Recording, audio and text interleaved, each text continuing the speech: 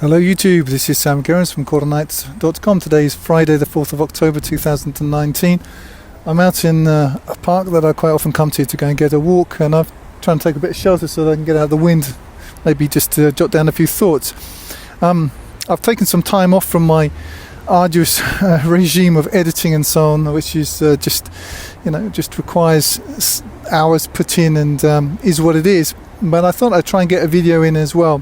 And what I wanted to talk about today is a kind of concept that I've coined, which is the internal exile.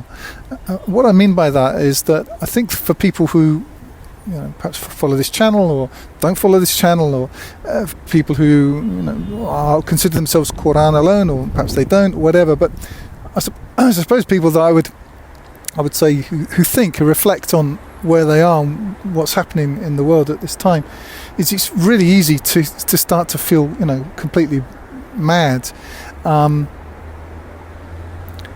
because the goalposts have changed. I'm old enough to remember the difference. You see, it wasn't, if you're under 30, you won't know this, but life wasn't always this way. It wasn't always people walking around staring at telephones and competing with the Kardashians and all of this nonsense.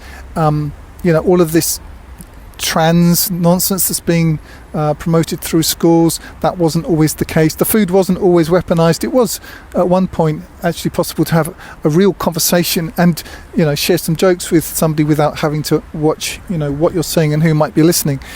So it hasn't always been this way. So what I want to get to is that how much it's changed in how short a period of time. Now, I live in Russia, where in some ways, and I compare Russia to Europe, especially UK, which is where I'm from. The UK, we lived there for a couple of years, felt a lot more dangerous than it feels here. I mean, Russia is way freer in terms of social communication, in terms of freedom of thought, in terms of opinion and so on. But still, even so, you have the same processes being rolled out here. You've got people like Pussy Riot and all of these NGO sponsored protester groups. It's all pushing one agenda. The reason why it's not quite as mad here as it is in the West yet is because we don't have wholesale feminism in Russia, and the reason for that is very simple. There's no state to pick up the tab. Men have to pay the bills, or women themselves, but generally using men or working with men, and so reality prevails at least on that front. However, they're still pushing the same lesbian agenda and all of the rest of it. You get chemtrailing in Russia just as you get it anywhere else. There's a bit of a movement in what you might call the truther movement to paint Russia as this renegade fighting the New World Order. No. This is complete nonsense. Everything you've got in the West, you've got here as well. Where I live, the city where I live, it's what's called a smart city. So you're basically tracked and traced everywhere that you go. Cameras absolutely everywhere. Automatic speed fines, all the rest of it. So you've got all of that. But I think what's changed, and I'm going back to the UK now, is that when I was growing up in the 1970s, so I was born in 1967, I suppose I would have started going to school whenever it was, 72, 73, something like that. I mean, even given the fact that my parents were utterly ignorant and remain so of anything to do with the broader picture, even so, I mean, looking back, my school wasn't mad. They weren't pushing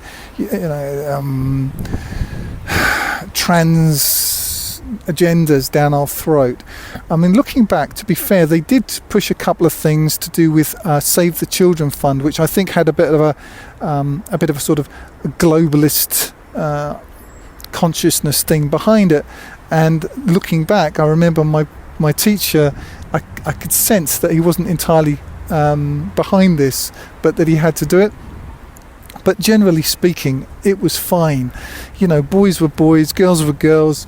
You got into trouble, you were just dealt with in a sane and normal way. There was nothing, you weren't called in and hauled over the coals because you'd used a word that isn't politically correct. Children were just children.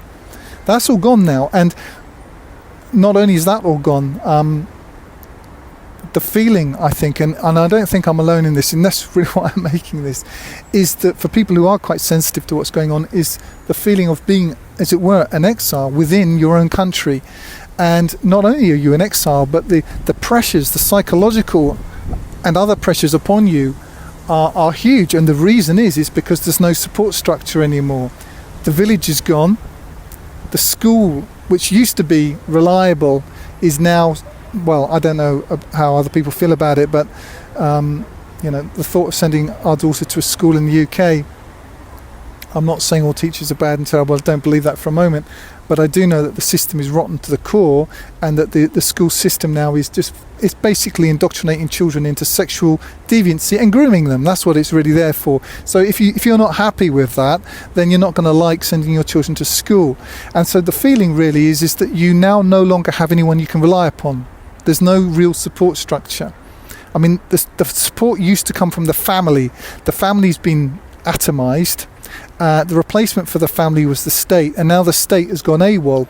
And not only is it stopped delivering on the contract, on the social contract, it's reneged on it to such an extent that it's simply only using you to feed itself. That's it. Now, you could argue, well, the school system has always been like that, the government has always been like that. I would agree with that to some extent, but I think the extent to which this has happened now is just off the scale. And the feeling of isolation and I suppose to some extent impotence in the face of all this is a huge psychological pressure. And although the bullets are not flying, where you live or where I live yet, doesn't mean there isn't a war on. This is a war. And so I just wanted to share that. I think a lot of people are sensing this, that the system is broken. Now, I'm speaking again from Russia, which I'm not, here to sell Russia to you or anything, but in a lot of ways, Russia's way better. But being in the UK, and I was back there for about a week very recently, the feeling there is scary, frankly. In and around London, especially the politically correct thing. And it means that people have got to be very careful about what they post in social media and so on. The police can turn up and, they've got an opinion about your opinion. And so the veneer of freedom is wearing very, very thin. And these social justice warriors and all the rest of this communism 2.0 is just, can't wait, to start really hurting people, as you can see when you look around you. So I just wanted to say that for me, myself, I feel it too. Of course, how could you not in this nut house? And it is nut house. As someone said, and I agree, the hardest thing as this rolls forward, I think it was Alan Watt said it, is that it's going to be to hold on to your sanity. And that's correct. I mean, in a world where people aren't really sure if they're a boy or a girl, and they can change their minds like at lunchtime and stuff. This is insane. It's insane.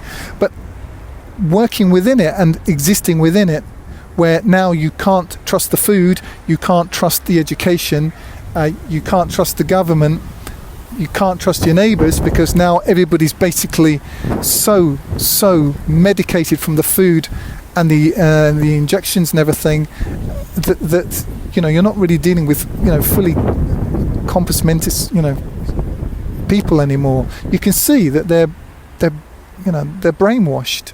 I mean, just look around you. It's way crazy. Anyway, I'm going to keep this short. I just wanted to say that for me, what I've started to do is to spend more time reading in the Qur'an about the garden, because the more mad this feels, the less of a citizen you feel here, and how could you feel a part of it? It's so crazy. When you read about the garden, when you read about the promises and the what God has in store for those who hold to what is real and fight that fight, then I think it puts all this into perspective. So I just wanted to share that. If you are feeling mad in this, it's because this is crazy, and if you didn't feel that way, you'd be crazy too. Anyway, that's all for now. If you're listening on YouTube, you can download my full translation of the Qur'an free using the button in the top right hand corner, or buy the hard copy there at 10% less than on Amazon. I also encourage you to sign up for the Qur'anite Plus newsletter on the site to get occasional micro updates. You can download the audio from my YouTube videos to your mobile device using the links in the drop down below. I recommend meetquranites.com to connect with other Qur'an alone believers. Like if you like, comment if you have something constructive to say, and subscribe to get more each week. And use the link in the drop down below to donate if you would like to help me keep doing this. And remember, this life is short, eternity is long. If you want good trees, plant good seeds.